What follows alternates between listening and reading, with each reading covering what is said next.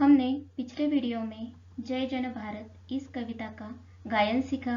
अब हम इस कविता का भावार्थ देखेंगे। जय जन भारत जनमन अभिनत जनगण तंत्र विधाता।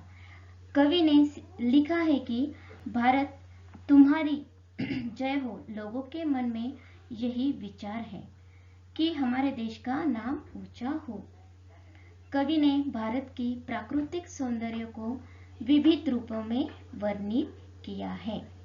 अभिमत इसका जो अर्थ है वो है विचार। और विधाता, कवि ने विधाता किसको कहा है? हमारे देश को।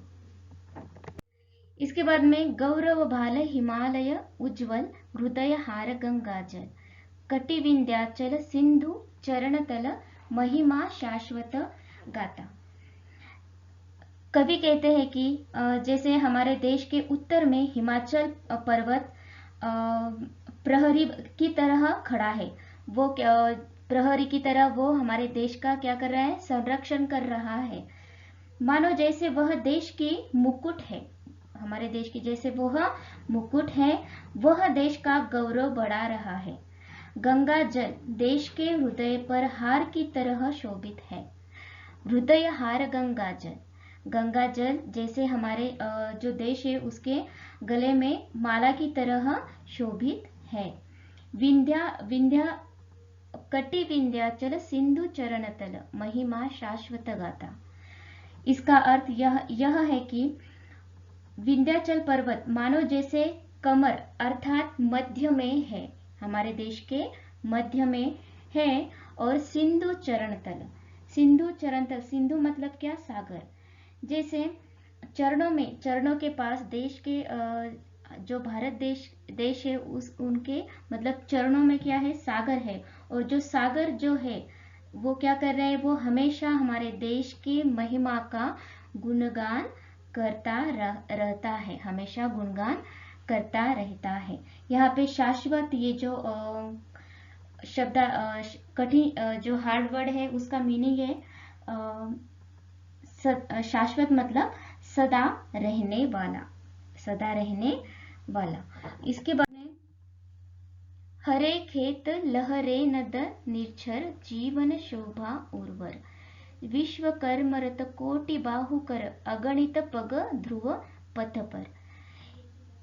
इसका मीनिंग है जैसे कि भारत के खेत हमेशा हरे भरे रहते। और क्यों रहते? क्योंकि यहाँ की नदियाँ जो हमेशा पानी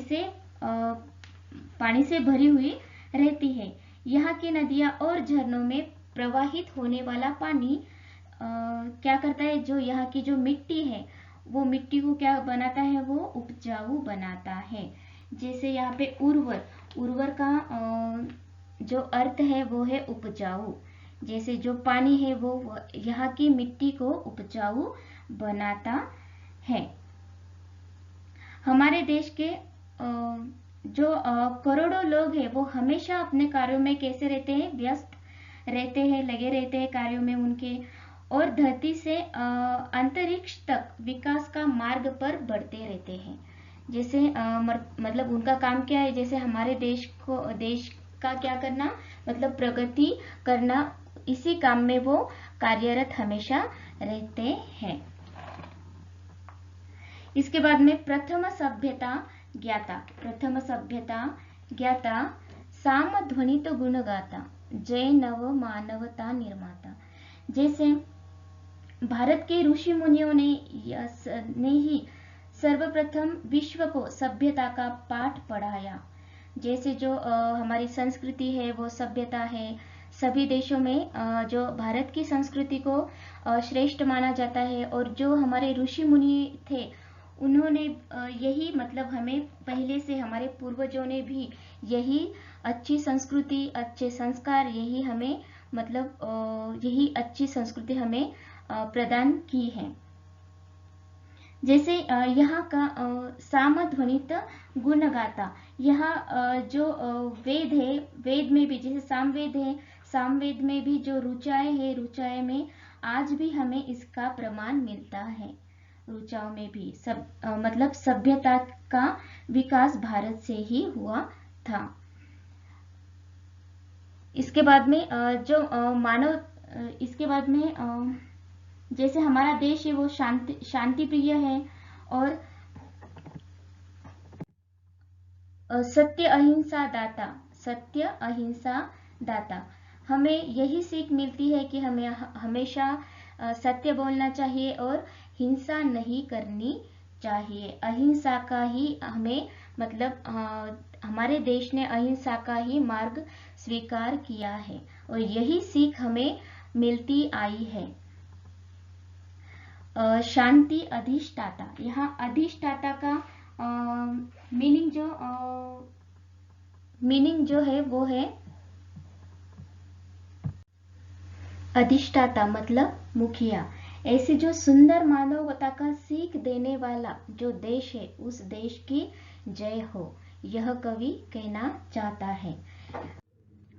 प्रयाण तुर्य बज उठे, पटल तुमुल गरज उठे, विशाल शक्ति सैन्य लोह भुज उठे।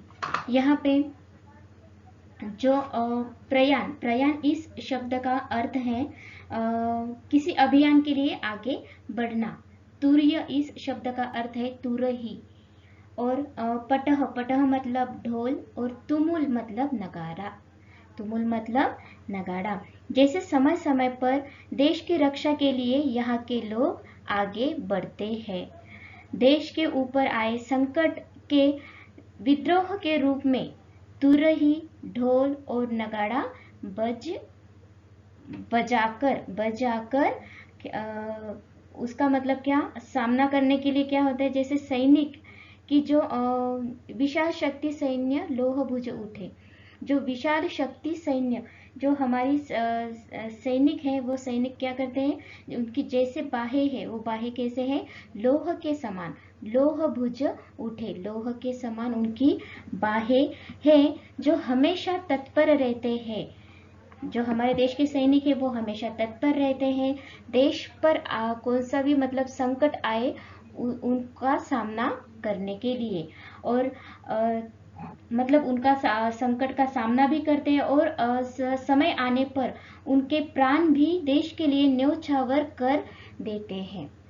मतलब इस प्रकार जो सैनिक है हमारे देश के वो क्या है, जिनकी बाहें कैसे है लोह के समान, वो कैसे वो क्या करते हैं मतलब हमारे देश की अभी भी वो मतलब हमेशा देश की रक्षा करते हैं।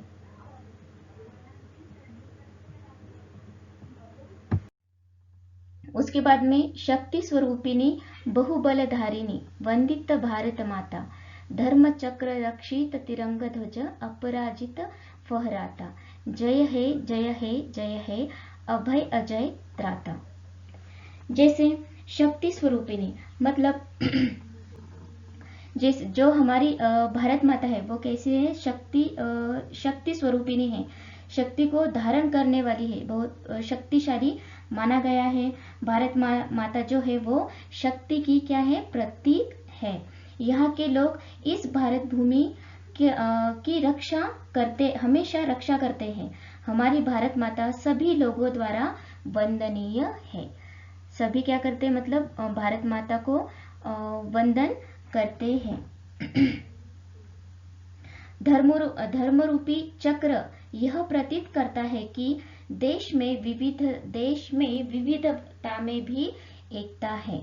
जैसे हमारे देश में हम देखते हैं कि अलग अलग धर्म के लोग यहाँ पे हैं, लेकिन जो धर्म चक्र जो हमारे तिरंगा ध्वज पर है वो यह प्रतीत करता है कि हमारे देश में विविधता में भी एकता है। यहाँ हर धर्म के लोग, हर जाति के लोग एक समान हैं। यहाँ हमारे देश में भेदभाव नहीं है, सभी एक होकर रहते हैं। इसी कारण हमारे देश को कोई पराजित नहीं कर सकता। हमारे देश को कोई पराजित कर सकता है क्या? नहीं, यह अपराजित है। मतलब इसको कोई भी हरा नहीं सकता, पराजित नहीं कर सकता। सभी को निर्भय, अभय मतलब निर्भय, अभय अजय मतलब क्या, जो कभी भी हार नहीं मानता, अजय। और जो त्राता मतलब शरण देने वाला, ऐसा जो दूसरों को शरण देने वाला देश, मतलब हमारे भारत ऐसे भारत माता को मतलब भारत माता को कवि ने उनका यहाँ पे जय जयकार किया है। ओके, इस प्रकार कविता का अर्थ स्पष्ट होता है। इस प्रकार कवि सुमित्रानंदन पंत ने भारत का प्राकृतिक सौंदर्य, यहाँ की सभ्यता और संस्कृति का वर्णन जय जय भारत इस कविता में किया है। हमें इस कविता से यह शिक्षा मिलती है कि हमें भारतीय सभ्यता और संस्कृति को बनाए रखना चाहिए।